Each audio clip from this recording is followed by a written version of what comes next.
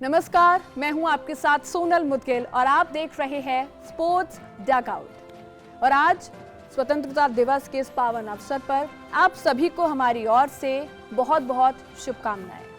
DD sports पर मैं आप सभी का स्वागत करती हूं।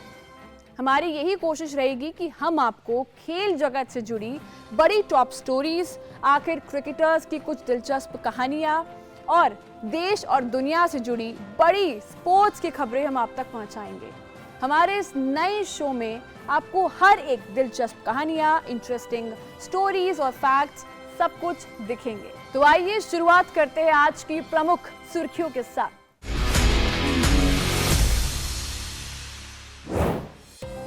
स्वतंत्रता दिवस 2025 के मौके पर पीएम मोदी का खेलों को दूर दराज तक पहुंचाने का संकल्प।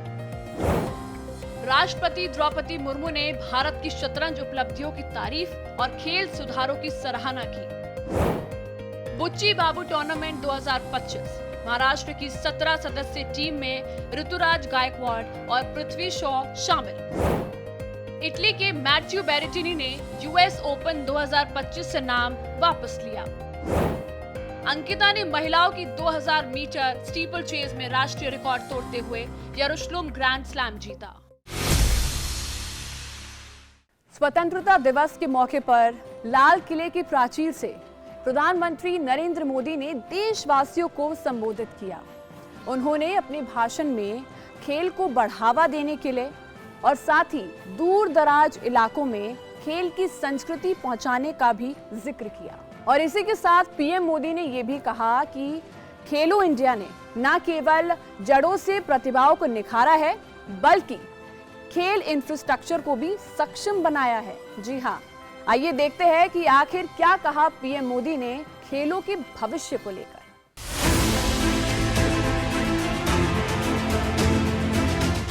प्रधानमंत्री नरेंद्र मोदी ने आज अपने स्वतंत्रता दिवस भाषण में खेलों के भविष्य की बड़ी तस्वीर पेश की। उन्होंने कहा कि स्कूल से लेकर ओलंपिक तक एक मजबूत इकोसिस्टम बनाने की दिशा में सरकार काम कर रही है।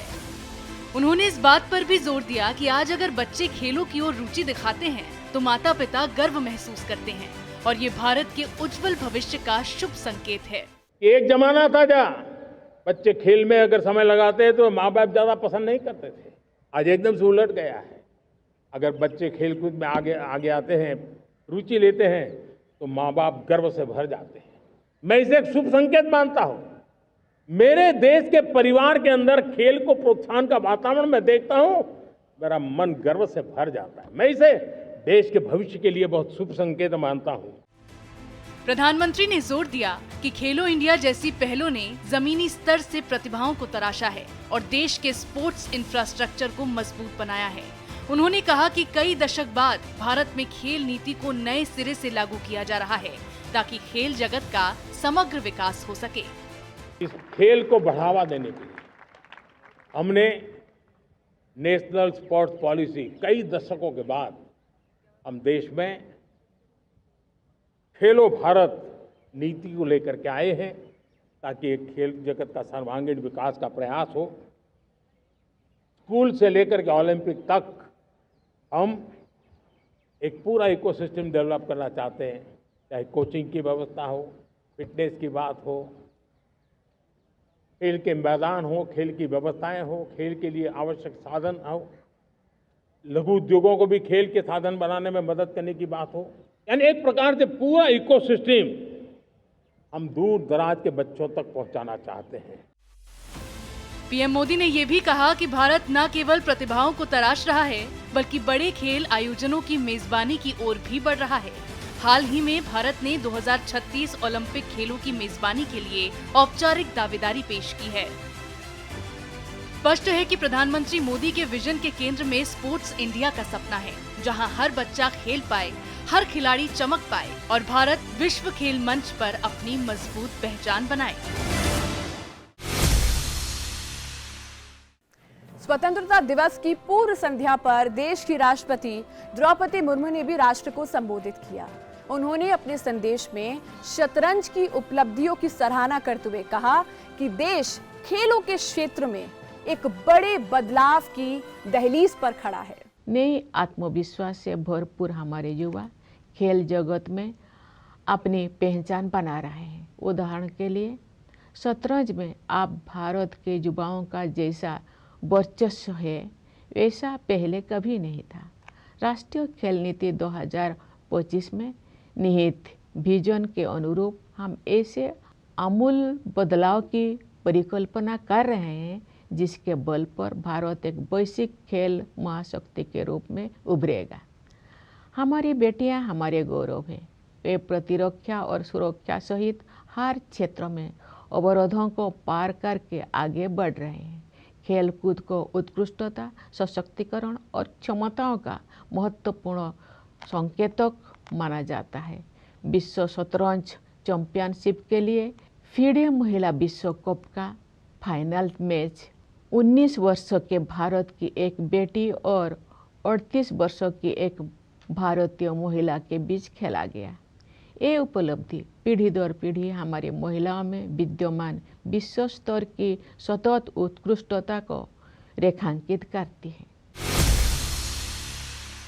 तो इसी बदलाव के प्रभाव से भारत ने औपचारिक रूप से ओलंपिक 2036 की दावेदारी पेश की है। ये केवल एक खेल आयोजन नहीं है, बल्कि भारत की बढ़ती वैश्विक पहचान, खेलों की बढ़ती शक्ति और न्यू इंडिया के सपनों की एक मजबूत बुनियाद भी है।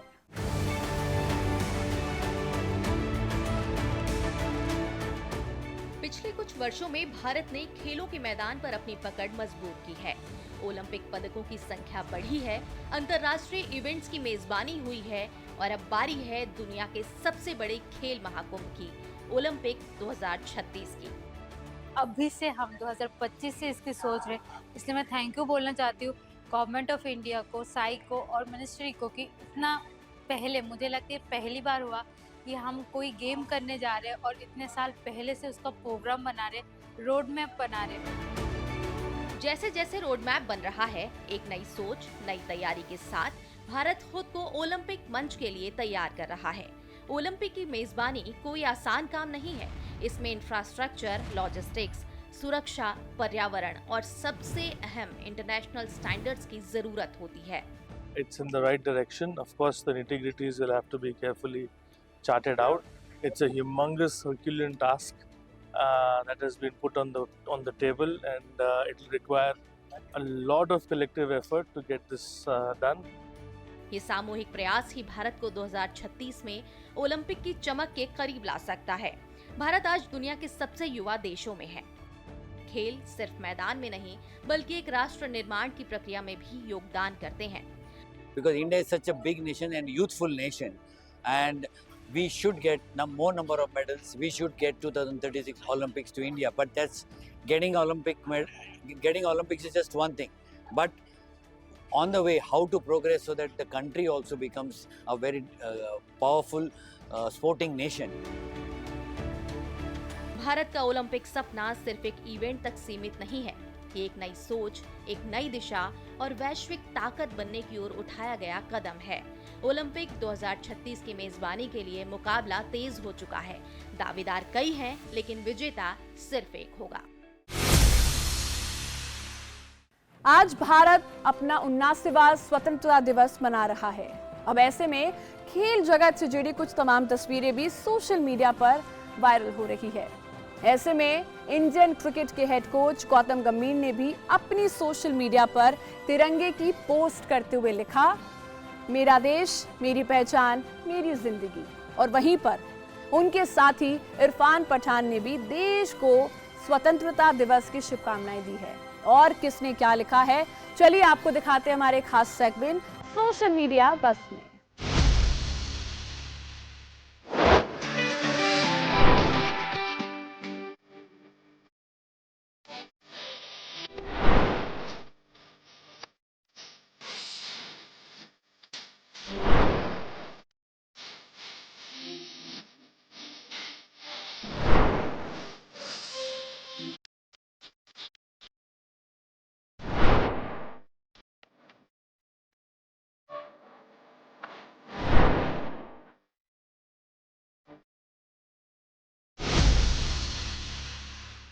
चलिए अब रुक करते हैं हमारे खास सेगमेंट ऑन दिस डे की ओर।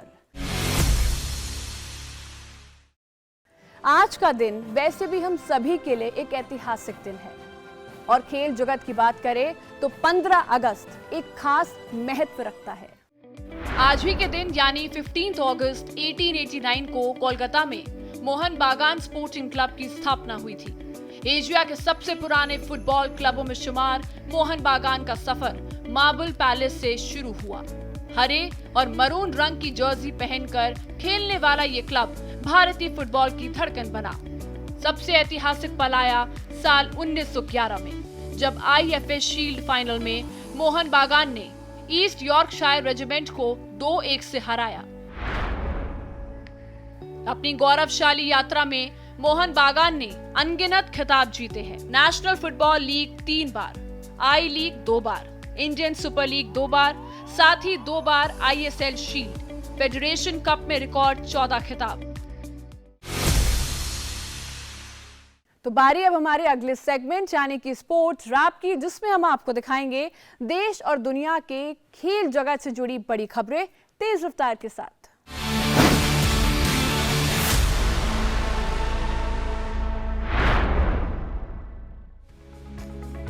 इटली के टेनिस स्टार और पूर्व विश्व नंबर 6 मैथ्यू ब्रेटनी ने US ओपन से नाम वापस ले लिया है।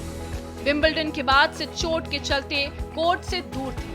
उनकी जगह अब अमेरिकन खिलाड़ी ब्रैंडन हॉल्ट मेन ड्रॉ में उतरेंगे। टूर्नामेंट की शुरुआत 24 अगस्त से न्यूयॉर्क में होगी।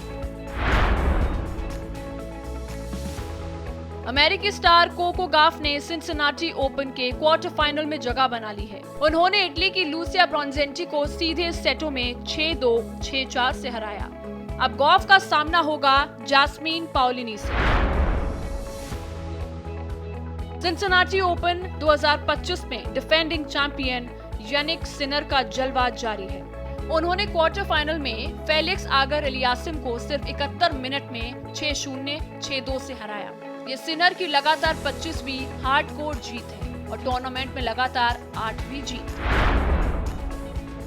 स्पेनिश क्लब रियल मैड्रिड ने अर्जेंटीना के 18 वर्षीय फॉरवर्ड फ्रैंको मस्तिनटुआनो को 6 साल के लिए साइन किया है। पूर्व रिवर प्लेट खिलाड़ी ने मेडिकल टेस्ट पूरा करने के बाद मैड्रिड प्रेसिडेंट फ्लोरेंटिनो पेरेज की मौजूदगी में कॉन्ट्रैक्ट साइन किया है। क्लब ने रिपोर्टेडली 45 मिलियन यूरो चुकाए। इंडियन सुपर लीग क्लब्स और ऑल इंडिया फुटबॉल फेडरेशन अगले हफ्ते सुप्रीम कोर्ट का दरवाजा खटखटाएंगे। मामला है भारतीय फुटबॉल लीग के भविष्य का। FSDL और AIFF के बीच मास्टर्स राइट्स एग्रीमेंट पर सहमति नहीं बनने से ISL रुका हुआ है। चेन्नई में 18 अगस्त से 9 सितंबर तक खेले जाने वाले बुच्ची बाबू इनविटेशन टूर्नामेंट के लिए महाराष्ट्र ने 17 सदस्यीय टीम का ऐलान किया है। ऋतुराज गायकवाड़ और पृथ्वी शॉ को टीम में शामिल किया गया है, जबकि कप्तानी सौंपी गई है अंकित बावड़े को। चेन्नई ग्रैंड मास्टर्स 2025 का खिताब जर्मनी के विंसेंट कीमर ने अपने नाम किया है। उन्होंने आखिरी राउंड में नीदरलैंड के जॉर्डन वैन फॉरेस्ट को ड्रॉ पर रोककर खिताब पक्का किया। भारतीय GM अर्जुन एडिगेसी और कार्तिकेयन मुरली संयुक्त दूसरे स्थान पर रहे। ऑस्ट्रेलिया के NSW बेगा ओपन स्क्वैश टूर्नामेंट में भारत की आकांक्षा सलूंखे और अनाहत सिंह क्वार्टर फाइनल में पहुंच गई है। आकांक्षा ने रोमांचक मुकाबले में सोफी फडेली को 5 गेम तक चले मैच में हराया, जबकि अनाहत ने सिर्फ 18 मिनट में ऑस्ट्रेलिया की सारा कार्डवेल को हराकर क्वार्टर में जगह बनाई। भारतीय एथलीट अंकिता ने यरूशलेम ग्रैंड स्लैम में महिलाओं की 2000 मीटर स्टीपल चेज में राष्ट्रीय रिकॉर्ड तोड़ा। 23 वर्षीय अंकिता ने 6 मिनट 13 सेकंड का समय लेकर स्वर्ण पदक जीता। पिछले महीने उन्होंने जर्मनी में वर्ल्ड यूनिवर्सिटी गेम्स में सिल्वर भी जीता था। पहला खेलो इंडिया वाटर स्पोर्ट्स फेस्टिवल इस महीने श्रीनगर की डल झील पर आयोजित होगा। 21 से 23 अगस्त तक चलने वाले इस आयोजन का लोगो और मैस्कॉट हिमालयन किंगफिशर लॉन्च किया गया है। दर्शक इसे DD स्पोर्ट्स पर लाइव देख सकते हैं। तो अब हमारे स्पोर्ट्स रैप सेगमेंट के बाद बारी आ चुकी है हमारे बर्थडे स्पेशल सेगमेंट की, जिसमें आज हम मना रहे हैं कुछ तमाम खिलाड़ियों का जन्मदिन जिन्होंने हमारे देश का नाम किया है रोशन। तो आइए जानते हैं कि वो कौन कौन से हैं खिलाड़ी। सबसे पहले track and field athlete KM बीनामूल, 2002 एशियाई खेलों में गोल्ड मेडल जीता। अब बात क्रिकेटर विजय भारद्वाज की। भारद्वाज ने भारत के लिए 3 टेस्ट और 10 वनडे खेले। महिला क्रिकेट की दिग्गज खिलाड़ियों में शुमार हेमलता काला, 1999 से 2008 तक भारत का प्रतिनिधित्व किया। तो दोस्तों, हमारे स्पोर्ट्स डगआउट में आज के लिए बस इतना ही। हमारी कोशिश रहती है कि हम आप तक खेल जगत से जुड़ी बड़ी खबरें तेज रफ्तार में, सटीक अंदाज में आप तक हम पहुंचाएं। हमारे साथ जुड़ने के लिए बहुत बहुत धन्यवाद। तब तक के लिए खेलते रहिए, तंदुरुस्त रहिए और देखते रहिए स्पोर्ट्स डगआउट।